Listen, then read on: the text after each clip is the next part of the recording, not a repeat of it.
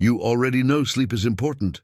You've heard it 1,000 times. But here is what nobody actually told you while you were unconscious last night. Your brain was making decisions about your memory, your emotions, your creativity, and your long-term neurological health, and you had zero input on any of it. Sleep science has been quietly uncovering some of the most unsettling and fascinating truths about human behavior. And almost none of it makes it into the conversation we have about sleep, which usually starts and ends at get 8 hours. What if your sleeping position is revealing personality traits you've never consciously acknowledged? What if the recurring dream you've been having for years is your subconscious mind trying to hand you information you keep refusing to receive? What if the reason you feel mentally foggy, emotionally reactive, and creatively blocked has nothing to do with stress, diet, or discipline, and everything to do with what's happening inside your brain during sleep? In the next few minutes, everything you thought you knew about sleep is going to get a lot more interesting and a little harder to ignore. Here's something that should keep you up at night, ironically. You will spend roughly 26 years of your life asleep. That is not laziness. That yes is biology running its most critical maintenance cycle.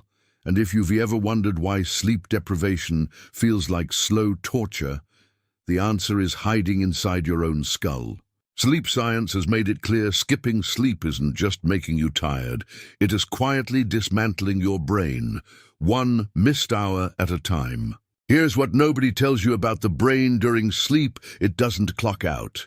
While you're unconscious, your brain is actually more organized than when you were scrolling through your phone at midnight. It's filing memories, flushing toxic waste through the glymphatic system, regulating your circadian rhythm, and recalibrating your emotional responses for the next day. Your mood, your memory, your intelligence, all of it gets rebuilt every single night while you think you're doing nothing. Miss that window consistently, and you are not just tired.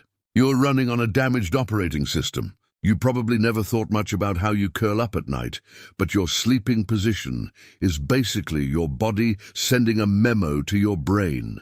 And sleep science has a lot to say about what's in that memo. The soldier position, flat on your back with arms at your sides, is linked to people who hold themselves to high standards, disciplined, reserved, and a little intense. It is great for spinal alignment, but if you snore, your sleeping partner might not think it is so great. The starfish position, arms and legs sprawled out, belongs to people who prioritize others. They're the friends who show up when things get hard. The downside? You're basically inviting snoring and acid reflux to the party. Then there's the fetal position, the most popular sleep position on the planet, and honestly, it makes sense. People who sleep curled up on their side tend to have a tough exterior, but a sensitive interior, which sounds like half the people you know. The log position, lying straight on your side like a human plank, belongs to the social, easy-going types, though sleeping on a hard surface all night isn't doing your shoulders any favors. The yearner stretches arms forward like they're chasing something in the dark, often linked to open-minded but stubborn personalities. Freefall, or stomach sleeping, is the wild card. It helps with snoring, but wrecks your neck and lower back over time. Then you've got pillow huggers, who prioritize relationships above everything. Combination sleepers who shift all night long, which is actually normal and healthy. And inclined sleepers, who elevate the head to improve breathing and circulation. Every position tells a story about your subconscious mind, and most people have no idea they were telling it every night. Most people pick a side out of habit or comfort, but there's actual neuroscience and physiology behind which side you should be on, and the difference is bigger than you'd think. Sleeping on your left side gives your digestion a mechanical advantage. Your stomach sits naturally on the left, so gravity helps move food through your system instead of working against it. It also reduces acid reflux significantly because the angle keeps stomach acid from creeping back up into your esophagus. If you've ever woken up with that burning sensation in your chest, your sleep position might be the culprit nobody told you to look at. The right side, on the other hand, puts a little extra pressure on the liver and can slightly worsen acid reflux in people who are prone to it, but it does have its fans, especially among people with certain heart conditions who find it more comfortable. For pregnant women, left-side sleeping isn't just a preference, it's a clinical recommendation because it improves blood flow to the fetus and reduces pressure on major blood vessels. Breathing also tends to be better on either side compared to the back, since sleeping on your back can cause the tongue to fall back and partially block the airway. Scientifically, the left side edges out as the best sleeping position for most healthy adults, but as you're about to see, where you sleep is only half the story. What happens inside your head while you read there is a whole other world. Dreams have fascinated humans since the beginning of recorded history, and the psychology of dreams is one of the most debated fields in all of sleep science because your subconscious mind doesn't speak in plain language. Falling dreams are among the most universal experiences on the planet, and they almost always show up during periods of stress, loss of control, or major life transitions. Flying dreams sit on the opposite end of the emotional spectrum. They're linked to feelings of freedom, ambition, and breaking through limitations. And people going through creative breakthroughs report them constantly.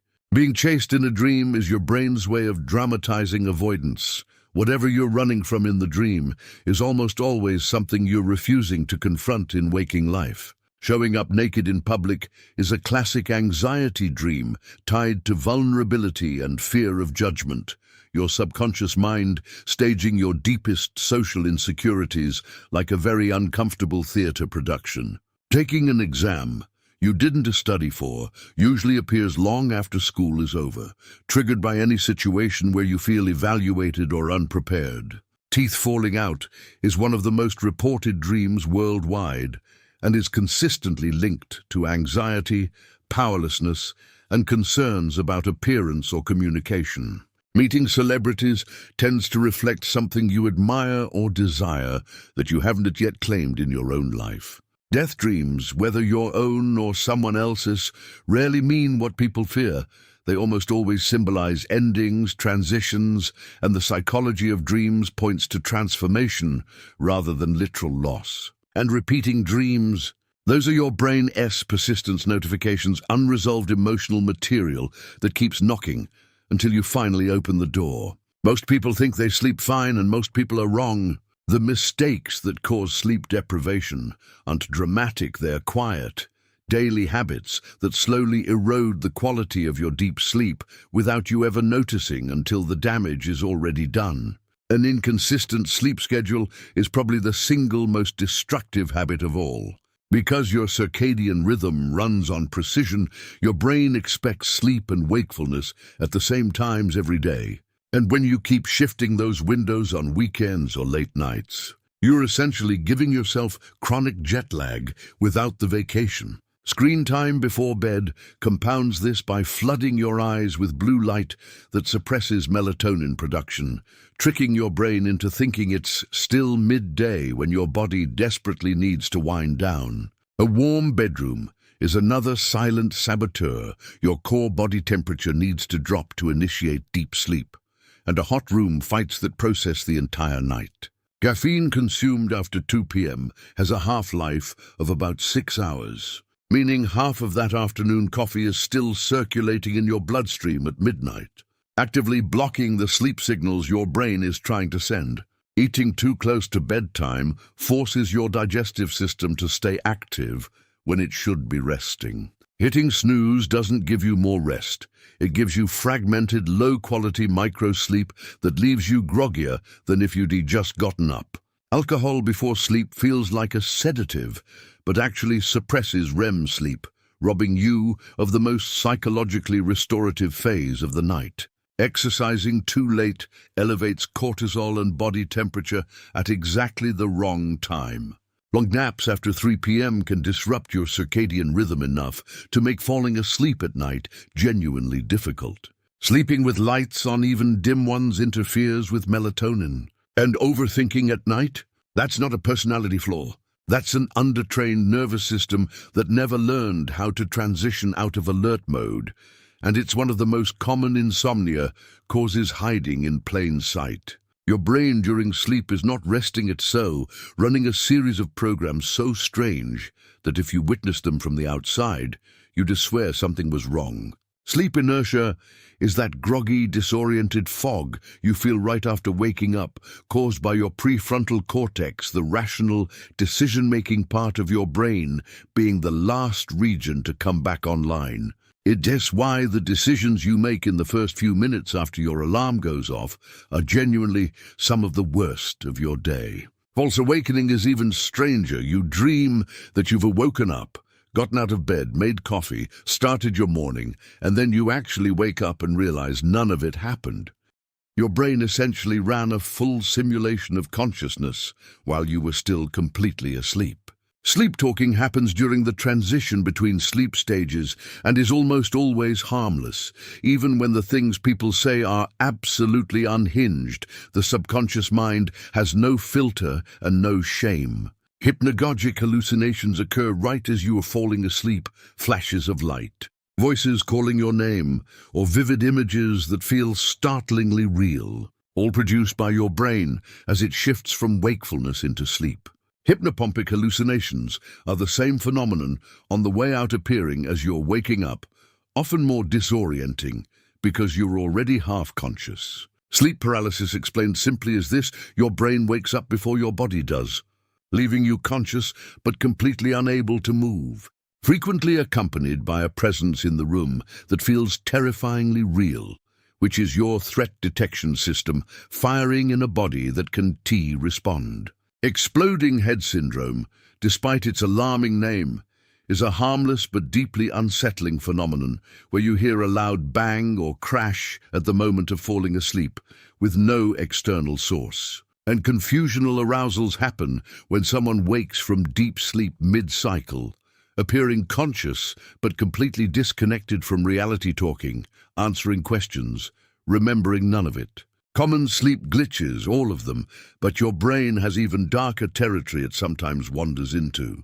There's a category of sleep problems that people laugh off, normalize, or simply never connect to the bigger picture, and some of them are genuinely dangerous. Microsleeps are probably the most underestimated threat on this list. These are involuntary sleep episodes lasting between 1 and 30 seconds, happening while you are technically awake.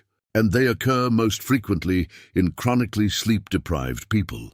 You've likely had one while driving and never registered it.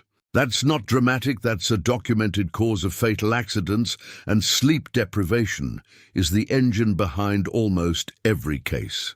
REM rebound is what happens after periods of REM sleep suppression, whether from alcohol, certain medications, or consecutive nights of poor sleep, where your brain overcorrects and floods you with such intense, vivid dreaming that it becomes disorienting and exhausting rather than restorative. Night terrors are categorically different from nightmares, and the distinction matters.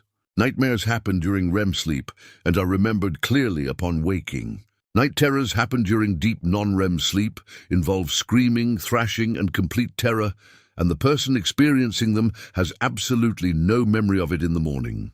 Sleepwalking operates on the same mechanism. The brain is partially awake, partially in deep sleep, and the motor system activates without conscious awareness, sometimes leading people into genuinely dangerous situations. But the most serious entry on this list is chronic sleep deprivation, not the occasional bad night, but the sustained, week after week deficit that the majority of working adults are living inside right now. The research on this is unambiguous. Chronic sleep deprivation accelerates cognitive decline, weakens immune function, disrupts emotional regulation, and has been directly linked to long-term neurological damage. The brain during sleep is doing irreplaceable work, and no amount of weekend catch-up sleep fully compensates for what is lost during the week.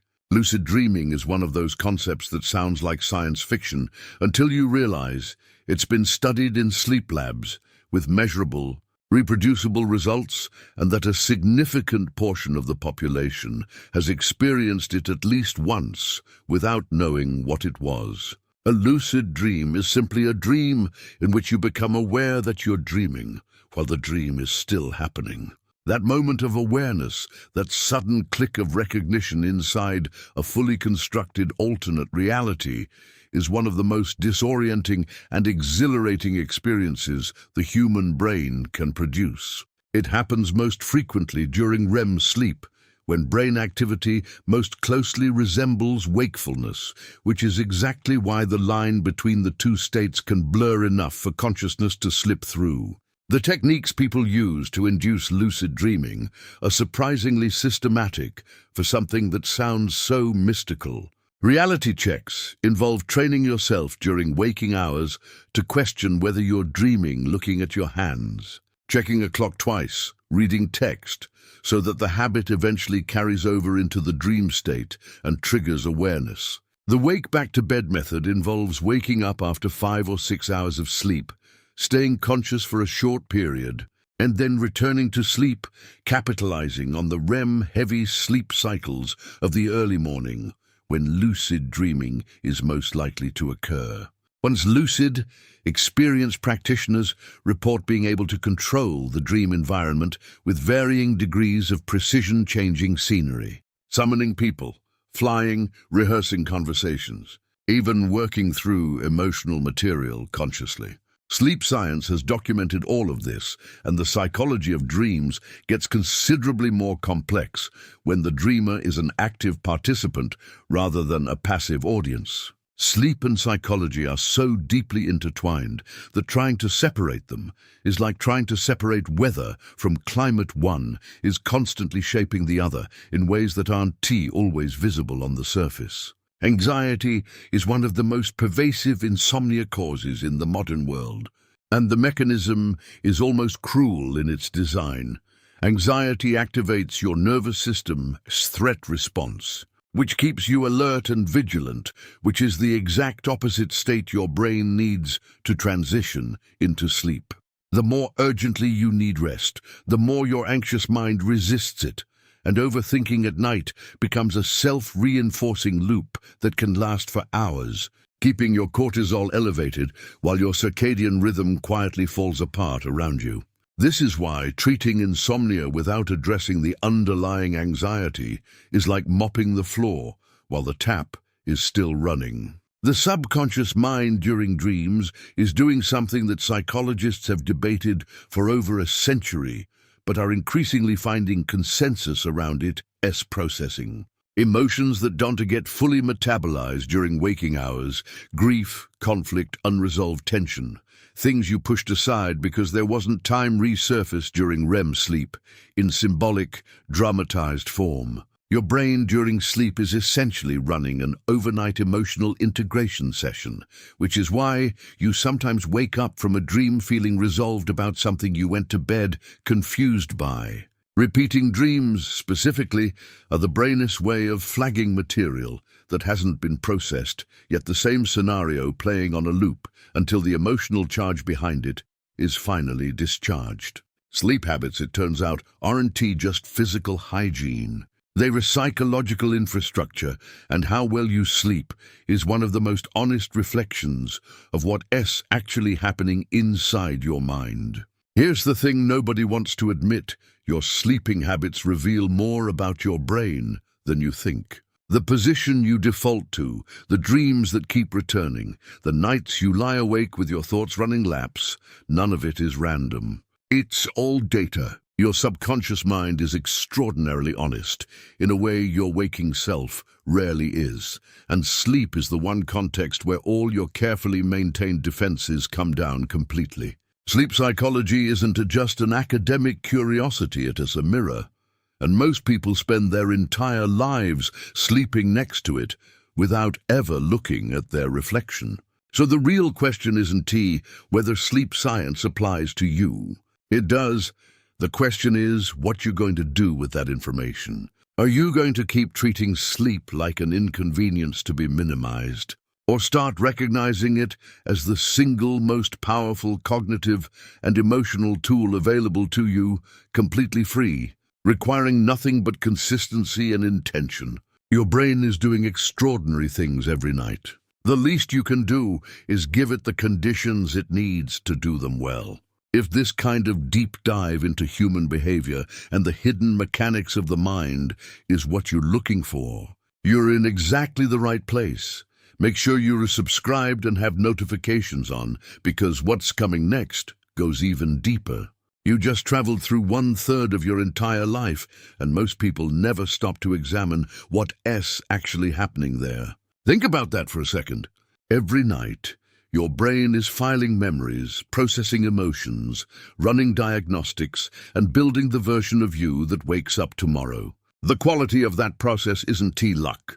It is a direct result of the sleep habits, the environment, and the mental patterns you bring to bed with you every single night. So here's the question worth sitting with. What has your relationship with sleep actually been building? Because here is what sleep psychology makes undeniably clear. You cannot think your way to a better brain while ignoring the 8 hours where your brain does its most important work. The circadian rhythm doesn't negotiate. The subconscious mind doesn't take shortcuts. And the dreams you keep dismissing as meaningless noise might be the most honest communication your inner world is capable of producing. You now have the framework. The real work is deciding to take it seriously. If you want to keep understanding the hidden mechanics behind human behavior, the patterns your brain runs that you never consciously chose, subscribe to this channel and turn on notifications. Because we're just getting started.